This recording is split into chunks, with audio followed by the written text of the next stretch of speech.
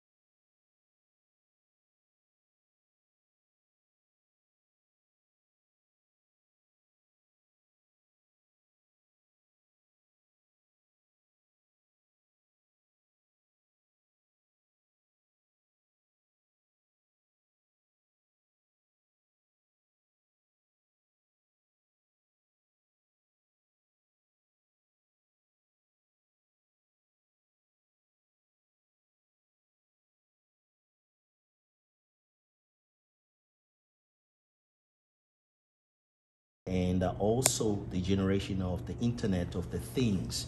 So the Internet now is connecting almost everything, and we as a human being now, we're moving from that position of experience touching things. So now we just visualize it, see it, and pretending like we feel it.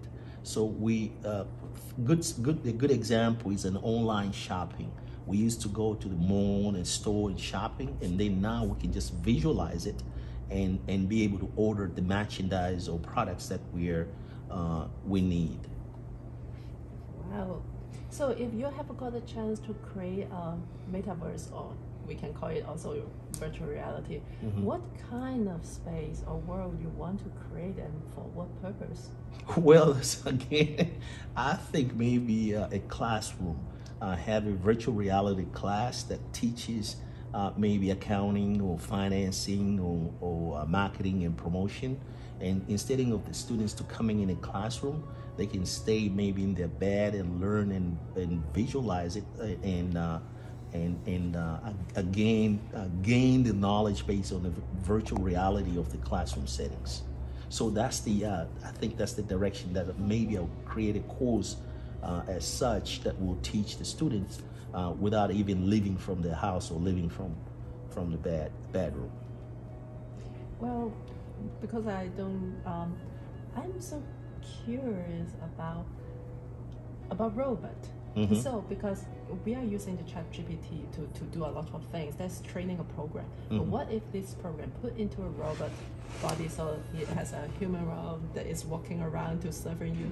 So what do you think about what if people lose their job because of the robot is taking up human's position? The workforce, yes. So that's another thing is I think that will create maybe another opportunity for those people who maybe they used to do a certain work. Maybe they will enter a different career. Maybe some of them they develop interest into becoming a medical doctors. Maybe some of them they will develop interest maybe to enter into politics. Who knows? So we'll move I know a chunk of people out of workforce, and people they will start thinking about other things because we are living in a very fast world when it comes to the technology. Okay, so what will be your vision that, for example, the robot, artificial intelligence is taking some kind of job from a human?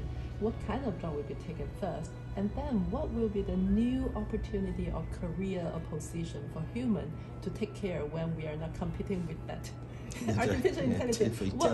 What will be the new business maybe come out from this kind of area?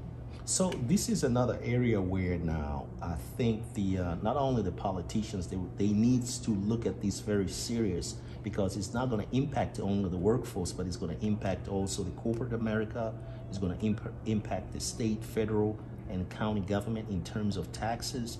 It's going to impact the Social Security, Medicaid, and Medicare, because they depend on the wages, income taxes to providing services for some of these programs they have out here. So now it's becoming a challenge or the opportunities for the startup companies to come up with these different ways of generating again jobs or creating jobs, new jobs and careers. And also the schools now, they have to, in line with what's happening now in terms of artificial intelligence, in terms of some of these things that we have been discussed, such as virtual reality, and the whole ecosystem of the education and workforce development has to change and in line with how the technology impact the society today. Okay. What do you think is important? What do you think the education, from the kids or the middle school or college or maybe higher education, mm-hmm. What do you think, how can we adapt in the era of artificial intelligence era? That what should we more provide or enhance the possibility, the capability of our students? Yeah, what do you think the education should adapt or? Well, that's another area now. So the curriculums in terms from the K-12 up to the let's say colleges and the universities has to now we have to think about changing and adapting with technology, because we've seen a lot of jobs have been eliminated. And then another thing is what we have to do, we have to look at the needs of the industry. What's the industry's need today? And we have to adjust with that, because things that we taught back in 1950s, they are completely, we're not using them. And we have seen a lot of jobs have been eliminated. A good example is typewriters that have been replaced with the computers. Wagons, back in the days, the horse they used to carry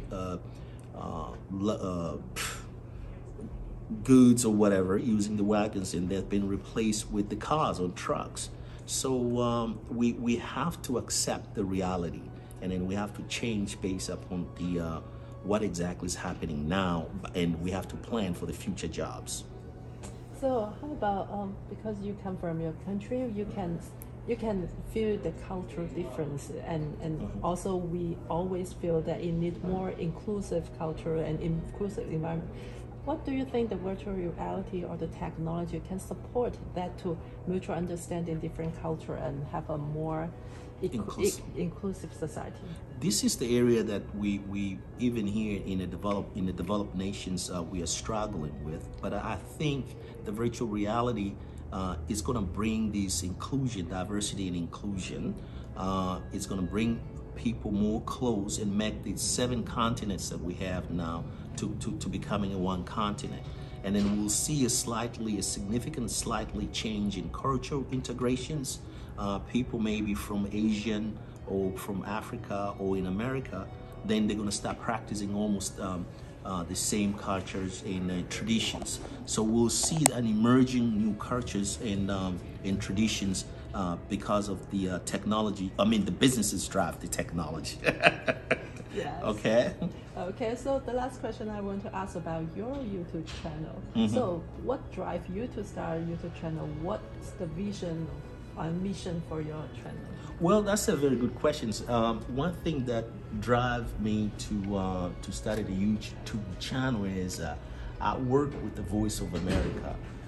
It's a federal government agency that broadcasting to the entire world using different languages, and it was very fascinated to learn that when I'm on the Voice of America channel, more than 100 million people, they were listening to me.